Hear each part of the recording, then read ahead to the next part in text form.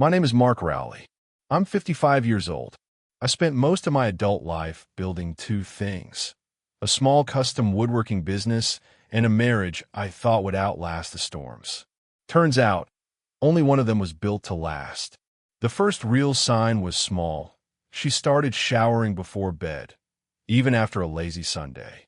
I didn't think much of it at first. People change. Routines shift. But then came the other patterns. She kept her phone close, stopped asking me how my day was, and suddenly had work dinners she never mentioned twice.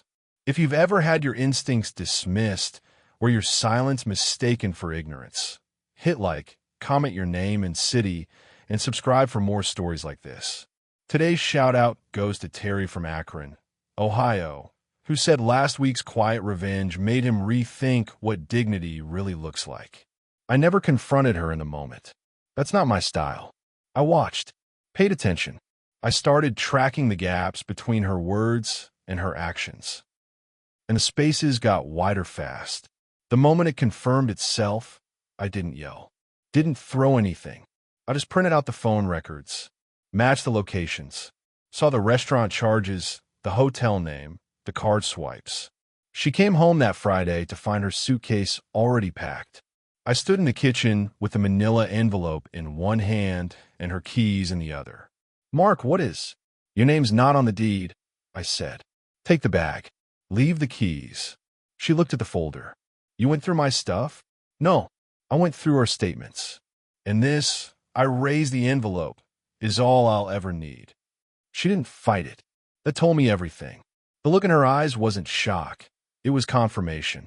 She'd known she'd been caught. She just didn't expect it to be that calm. She left without a scene. Just slammed the car door and peeled off like that would hurt me more than what she'd already done. The house felt quiet after that. Too quiet. But I welcomed it. I thought that was the end. Until 3 days later, the doorbell rang. And when I opened it, I didn't see my wife. I saw the man she'd been cheating with, standing on my porch alone. He looked like he hadn't slept in days. Pale, unshaven, shirt half-tucked like he got dressed in a hurry. I didn't say anything, just stepped aside and let him in.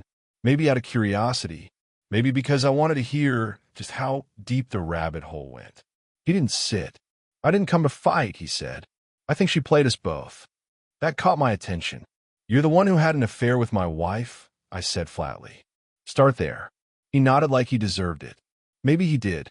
Her name's not Sarah to me," he said. "She introduced herself as Elena. Claimed she was in a bad marriage to a controlling man. Said she was trapped, lonely. We met on a networking trip. I didn't even know she was married until 6 months in." I raised an eyebrow. She ever mentioned the house? My name? Her actual last name? He shook his head. Not once. She said she was living with a roommate she was planning to move out from. She called you her ex, said the divorce was held up because you were being difficult. That part made me laugh. I hadn't even filed. Then he handed me something, a screenshot of a wire transfer receipt. $3,000, he said. She said it was for a down payment on a rental she couldn't qualify for a loan. I sent it. 2 weeks later, she stopped answering my calls. I looked at the name on the receiving account. Her maiden name, not even trying to hide it.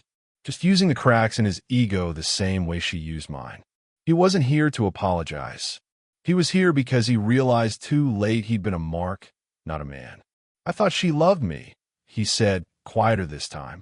"I thought I was saving her." "You were funding her," I said. He sat down, finally. I offered him a drink. Not out of kindness, just professionalism. I wasn't angry anymore. I was calculating. She hadn't just betrayed me. She'd staged the entire affair, sold 2 separate versions of her life to 2 separate men, and used both for financial gain. And that changed things, because now this wasn't just adultery. It was fraud, and fraud opens a whole new set of legal doors. By Monday morning, I was back in my lawyer's office. I laid everything out: bank transfers, text messages, screenshots of her fake name from social media, even the wire confirmation from the guy who stood on my porch 2 nights ago. My attorney scanned through all, took a long breath, and said, this isn't just divorce anymore. He was right. Under most U.S. state laws, adultery doesn't carry criminal charges. But fraudulent misrepresentation? That's different, especially when someone assumes a false identity for financial gain. What she did to him could be grounds for civil fraud.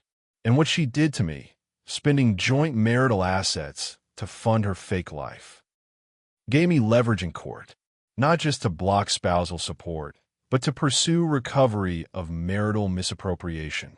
In plain terms, I had the right to strip her of every claim to anything we built. The lawyer drew up the filings that day.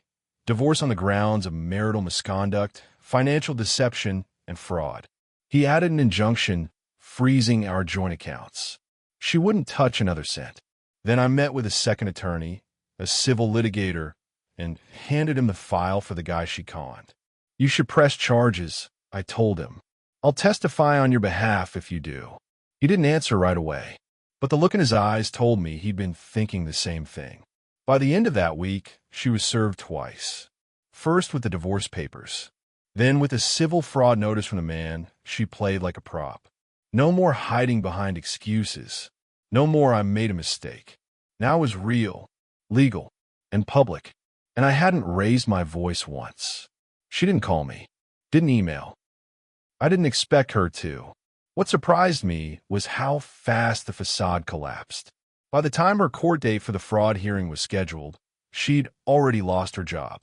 Apparently, her HR department was contacted by the civil attorney handling the case, and once they saw she'd used company time, company travel, and falsified identity during that networking retreat, she was quietly let go. No explanation in the termination letter, just violation of professional conduct. She moved in with a friend, or so I heard. One of those social acquaintances she kept around for dinners and optics. I imagine even that didn't last long. People like her don't know how to live in someone else's space without taking over. The man she duped filed the suit officially. And he didn't just go for his $3,000. He asked for damages, emotional distress, reputational harm, and defamation. His lawyer built the case with speed and accuracy. I handed over the full dossier. I wanted no part of vengeance, but I wanted her lies documented in court. My divorce hearing came 2 weeks later. She looked smaller than I remembered, tired, less polished. Her lawyer argued for equitable division, citing contributions to the household and emotional strain. My attorney didn't even flinch. He dropped the binder of evidence on the table and calmly stated our case. The judge didn't even need a recess. Final ruling. She forfeited all claims to the house. No alimony. No future access to marital retirement funds. She was ordered to repay her share of marital assets used fraudulently, roughly $11,000, payable within 6 months, or a lien would be placed against any income she generated. She didn't look at me when she left the courtroom. She looked at her phone, probably hoping someone was still on her side. That's the cost of playing two versions of yourself. Eventually, both fall apart. And the people you fooled, they talk. She was never arrested. This wasn't a criminal case, but the damage was done: career, finances, reputation. Her new identity unraveled faster than she built it. And I never had to shout, never had to plead. I just held the truth and waited. 6 months came and went. She didn't pay the restitution, so the lien kicked in automatically. Her bank account was flagged. NEW to income she earns now. A portion gets redirected, not to me, but to a court-managed repayment fund. No backdoor deals. No escaping through charm or manipulation. Just cold numbers doing their work. I haven't seen her since the divorce hearing. Haven't heard from her either. People like her don't reach out unless they can spin the story their way. And she has no angle left. I've heard whispers, though. She's renting a 1-bedroom, working retail, trying to rebuild. I don't celebrate her hardship, but I also don't forget the night she looked me in the eye and lied like it cost her nothing. Her affair partner dropped the civil suit after she defaulted on the payment agreement. His lawyer filed a judgment, that followed her into collections. A scarlet letter, not emotional, but financial. She'll wear it longer than any apology would have lasted. As for me, I kept the house. I kept the business. I kept the name. More importantly, I kept my dignity, the one thing she tried to chip away at with every half-truth, every whisper behind my back. The man she cheated with once stood on my porch, shaking, unsure if he was the villain or the victim. I gave him the truth and walked away. That's how I handled everything. Not with fists, not with fire, with facts and time. And now, I walk through a quiet house that finally feels like mine again. I drink coffee without bracing for the lie. I work without distraction. I sleep without needing to double-check the locks. I'm not angry anymore. That's the part people never believe, but it's true. Revenge isn't about destruction. It's about control. And control is knowing the fire burned everything it needed to, without ever touching the match yourself.